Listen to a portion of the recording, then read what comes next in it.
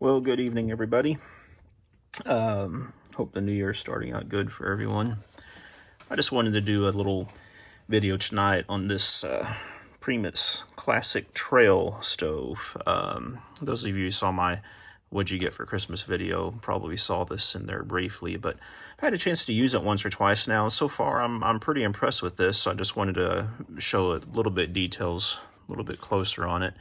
If I remember right, I think this was only like in the $19 range, maybe like $22 or something like that on Amazon at the time I bought it. You guys have to keep an eye on that stuff on Amazon, because you'll notice that I've put stuff on my wish list before, and then the very next day it can be reduced in price by 20%. And sometimes things will go ridiculously cheap for some reason. I don't know if it's an algorithm that they use. I'm sure there is something like that, but I had a set of those enamel camping dishes, the coffee cups, plates and bowls, the blue enamel with the white speckling on it. I'm sure you guys probably know what I'm talking about. You used to see them a long time ago. Got a set on those one time on my wish list. They were about $34, I think, or $31 when I put them on my wish list. I just happened to glance at it one day, and those things were selling for $7. I bought one, stuck it in my cart, had it shipped to me, and just like an hour later I looked at it, and they were back up to like $26 or $27 or something. I don't know if that was a fluke, but I have seen it before.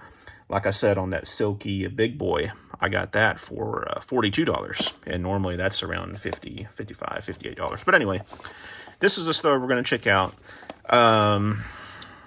I'm sure there's a part number or something like that on there for you. Basically, I just want to show you a little bit about how it goes together. It comes in this nice little box, and you get a nice little carrying bag for it, for the stove. The stove itself breaks down into two major components, the burner assembly, and then of course you have the valve assembly that controls the gas here. And as you can see, yeah, I have used this a little bit. So let's put this puppy together. And what we'll do is we will boil some water, see how long it takes to boil, because that's something I have not checked yet. That's all there is as far as assembly until you put it on your little can. And what I use, well, this is the jet boil can, but there's a lot of different varieties of these little, I think it's actually a compressed butane and maybe a LPG mixture, perhaps. I don't know for sure on that. I'm sure you can do the research and see. This little piece that sticks out right here, I assume that's used as a stop, maybe, to keep you from screwing it down too far. At first I thought maybe it was some type of heat shield, but then you have this area over here that's not. So yeah, I'm not an engineer. I don't know why it's there, but I questioned it, and I noticed when you screw it down, it's stuck right there. So yeah, this is how it goes together. Pretty simple to light. What we're gonna do, you just turn on the gas a little bit.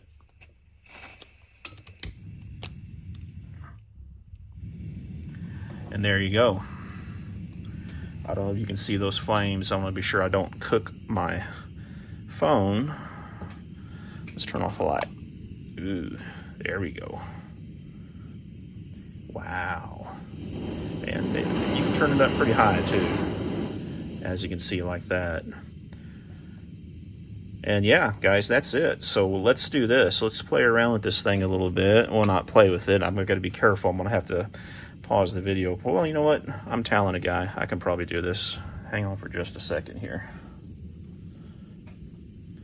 I have my handy little Stanley cup right here that has about, well, looks like it's between 12 and 16 ounces. It's about a 1 3/4 cup of water. So we'll put that on there. We'll crank this baby up.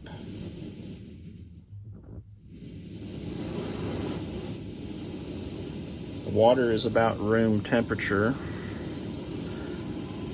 And we'll start a handy dandy stopwatch over here and see how long it takes that thing to boil. I've got it about maybe halfway. As you can see, I can turn it up a lot higher. Move this back here a little bit, try not to burn my shop down. I could see this being one of those test videos that turns into something a lot different. some sort of disaster. Turn it up just a little bit more. All right, so we're about 30 seconds in. Let's come back and check on it here at about, the 2-minute mark or so.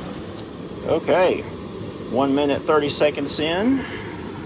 I don't know if you can see that or not, but we are starting to get a few little bubbles in there. I wouldn't call it just boiling yet, but it is almost there. So let's take a look again here in a minute. All right, looks like we're almost 2 minutes and 30 seconds, and I don't know if you can hear that, but we got us a full boil going on there. Even got some little water spitting out on us. How nice. Not bad, folks.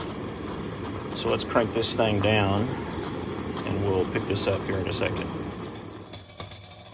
All right, so there we go. We can go ahead and stop this. It looked like about 2.5 minutes to bring a cup and 1 3/4 cup of water to boil. And again, guys, that was not even turned up all the way. I would guess it about halfway. I didn't know how efficient it would be with the flame shooting on either side of the cup. But yeah, that's pretty good. I'm sure those jet boils or those other fancy stuff will probably do it a lot faster. But again, this is the Primus Classic stove.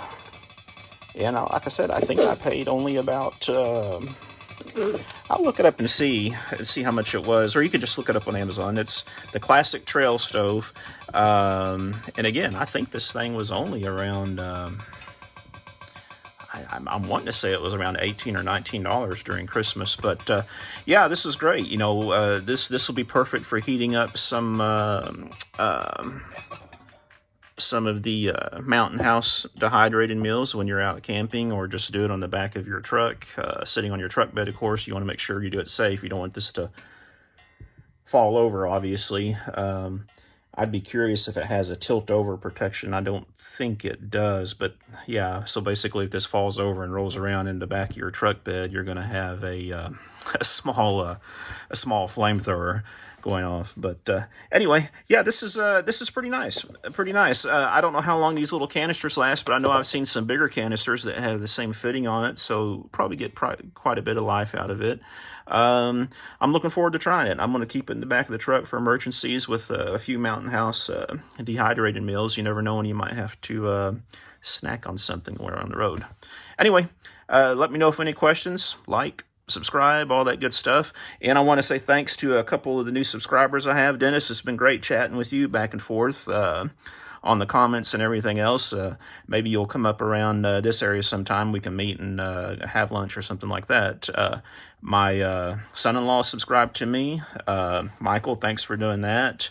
I think my son is actually following me now too. So Cameron, big shout out to you, and my daughter Brittany. I'm sorry, Charlie.